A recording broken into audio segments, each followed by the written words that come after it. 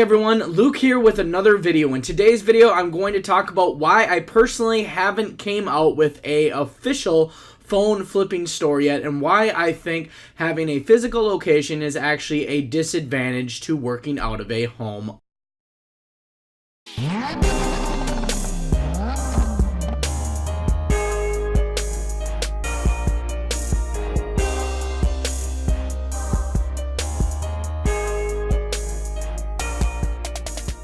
Everybody, so in today's video I am answering a subscriber question. They have asked, why have I not yet started a brick and mortar or physical location yet, and what do I view as pros and cons to actually having a physical location? So that is a really great question, and I think it is a widely asked question in the phone flipping industry.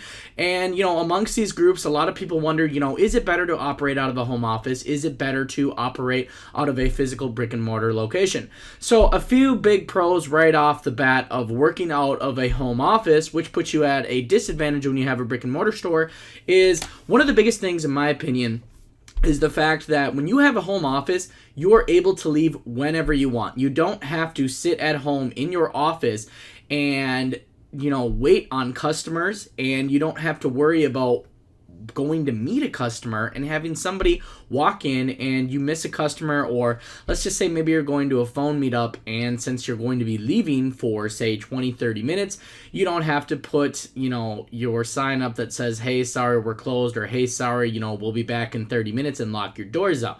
So that is one big advantage of having a home office, is you have the freedom to go anywhere. You have the freedom to travel to people. You have the freedom to make it more convenient for people and actually meet them at their convenience rather than them coming to you. So that's one big advantage, in my opinion, of having an actual home office. Is just basically a home office. I mean, you have all the luxury of having a brick and mortar store. Like, if you can see my home office in the background, it's pretty spacious. I have plenty of stuff in here. It's kind of a mess right now, unfortunately, but the point being said is, me having a brick and mortar location, I wouldn't really get much more space than this as far as like a back office, and I'm able to generate the same amount of leads as I would from my home office as I would from a phone store. Now, I did recently purchase a commercial property, and that's the question. Should I start a phone flipping store? Obviously, I have the perfect, it's just a perfect location. It's the perfect way to start a store. Obviously, I'm going to actually own it. I'm not going to be paying rent, but at the same time, do I really want to have to close my doors every time I have to go meet a customer, or a customer that's not willing to drive to me? That's the question. Am I going to lose more money by staying stationary than being mobile? One of the big things out there that Grant Cardone talks about, for anybody of you out there that likes Grant Cardone, hit the thumbs up, hit the subscribe button. Grant Cardone's pretty awesome in my opinion, but one of the things he talks about in real estate is you want to be mobile. You want to be able to move around. You want to be able to travel. You want to be able to take up that opportunity. And most of the times, at least in my area, I'm often driving to customers, or they're meeting me somewhere at their convenience. Now, I have a brand new car that is on a lease, and the reason why I did this is because I want to be able to drive to my customers, get the best gas mileage I can, and then on top of that, I'm not even depreciating my own car. I'm depreciating a car that I'm going to be turning back to a leasing company. So if I had the maximum amount of miles on it when I turn this car in at the lease at the end of my lease agreement, then I'm not really doing any harm as far as depreciating my car. Now, if this is my car and I owned it outright, I probably wouldn't be willing to drive so far to people. But since I do have a lease on it and I do have the option to return it at the end, if the depreciation of the car is greater than what the car is worth to me, then I'll just return it at the end. So see, everything is kind of a little piece to the business infrastructure of what I'm doing in my personal phone flipping business. I kind of make decisions based on the dollar value.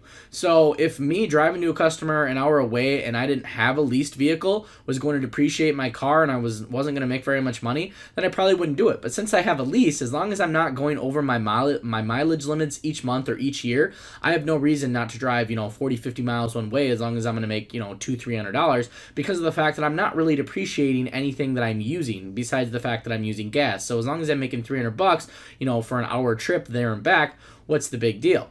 So I think about this often, and this is just such a good question. There's so many different answers to this, but I just feel like if you have a physical location, you are going to miss out on so many of these traveling or mobile leads just because of the fact that you're not really going to be able to leave at the drop of the dime anymore.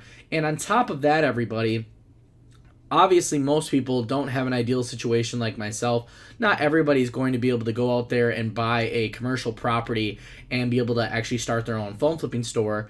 I think that the potential payoff or benefits of that would outweigh those than rather starting a brick and mortar and paying rent. Now, the other question is, if you are going to be starting a phone store or a brick and mortar store, question is, how much are you going to pay in rent? I know one guy right here in Eau Claire, the Solaris owner, he's paying $8,000 a month to rent from the mall. I think that's an absolutely absurd amount. His storefront is not any bigger than my office here, and it's really not even a storefront. It's kind of just like an open cubicle sitting in the center of the mall. And it was conveniently located behind Eco ATM. For those of you guys that saw my last video, we have managed to advertise enough to actually get Eco ATM removed from the mall due to the fact that they probably weren't getting any business and that the location was no longer profitable for them. So that's pretty crazy, just to kind of show you, hey, you got to go out there and crush your competition. But continuing on here in the video, $8,000 a month. Imagine how many phones you have to flip and how many phones you have to repair just to profit that month. I mean, that's $8,000 a month. That isn't even including his employee expenses or his inventory or anything like that, or any losses he might take if he misappraises a phone or his employee does. So to me, $8,000 a month, that is a ton of money, and I think it could be better utilized elsewhere. Me and the owner of the Solaris have talked about this many times, and he's actually going to be pulling his lease out of the mall. He's completely done renting from them. He just said it's absolutely too much money. He said that he broke even about every month, which obviously when you're in business, you don't want to break even. You want to actually make a profit. So I thought this was pretty crazy. He's actually a really good friend of mine, and it was kind of sad to hear just because of the fact that he's so passionate about the phone industry. And I mean, he really likes it. It's almost like a hobby to him. I mean, he just loves it. And, we talked one day, and he just said that at $8,000 a month, he's basically breaking even. And I just thought that was absolutely insane that, he would even consider paying $8,000 a month to have a store in the mall. Now, obviously, pros to that, there's a lot of foot traffic.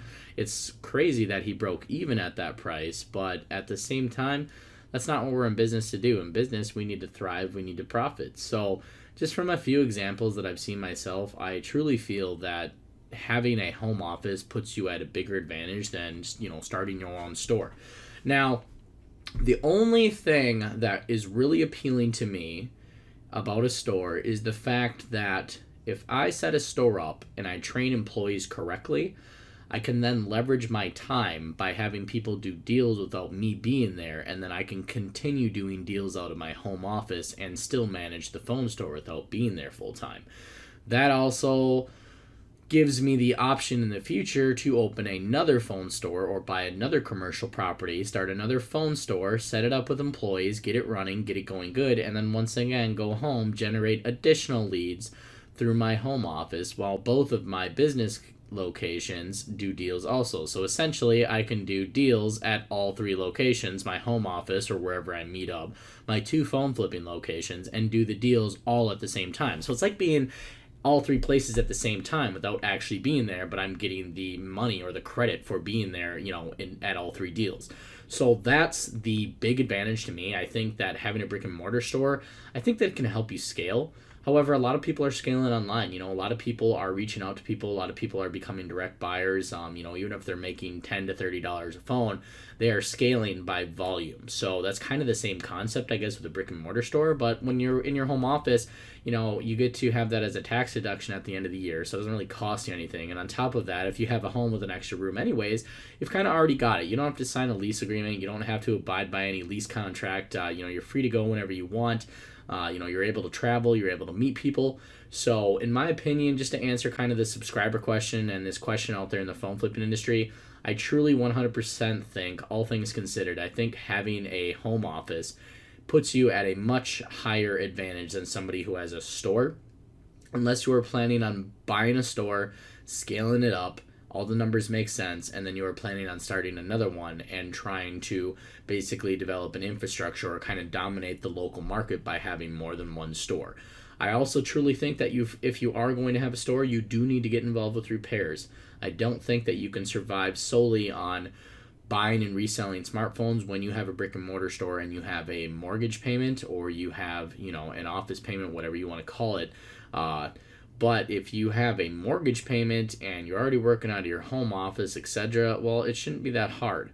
So, but just kind of keep that in mind. And when I talk about commercial property, personally, if you were going to buy a home, not a home office, but if you're going to buy a brick and mortar store, try and keep your mortgage under $1,000 a month. I know that sounds crazy, but me personally, unless the area has tons of people in a big population, you don't want to commit to something for the next 30 years that isn't going to pay for itself. The only benefit to that is if you don't end up starting a phone flipping store with the property you buy, you could then lease that out and, that'll pay for itself. But, when it comes to leases, for a brick and mortar store, you could be paying $1,000 or even $8,000 a month if you're located in a mall like my friend was. So absolutely ridiculous in my opinion. Very high amount of rent with little payoff. Me personally, I do more business than the Solaris and the Oakwood Mall here in Eau Claire. So for me personally, I don't really see the benefit of it. I mean, he's paying $8,000 a month, and I'm paying, a little over $1,000 a month for a house. However, I own the house. I have my own home office, and if I went next month and flipped no phones at all, I'm still paying the same exact amount. I don't have all these extra expenses. I don't have employees. So me personally, I think that just having an official logo, an official business card, possibly a website, Facebook page, I think that doing it that way is the best way as far as phone flipping. I really think that it gives you the biggest advantage over everyone, and it keeps you mobile. It basically makes it so that you can get any deal anytime at the drop of a dime. You can meet anybody anywhere. It's more convenient for the customer, and I truly feel that if you're really trying to scale this business, you can do it just as fast out of home office as you can out of a brick and mortar store, if not faster. So that being said, that is my opinion on this topic. I hope all of you found this interesting. Hope it answers some of your questions. For those of you guys that answered back, or basically message me just saying, hey, what's going on? What do you think? You think phone flipping store, or you think home office? For those of you that I answered back, this is the video for you, and I hope this answers all your questions, curiosity, etc. Hope all of you got some value from this video. So make sure you guys smash that like button, hit subscribe, and I will see you all in the next video.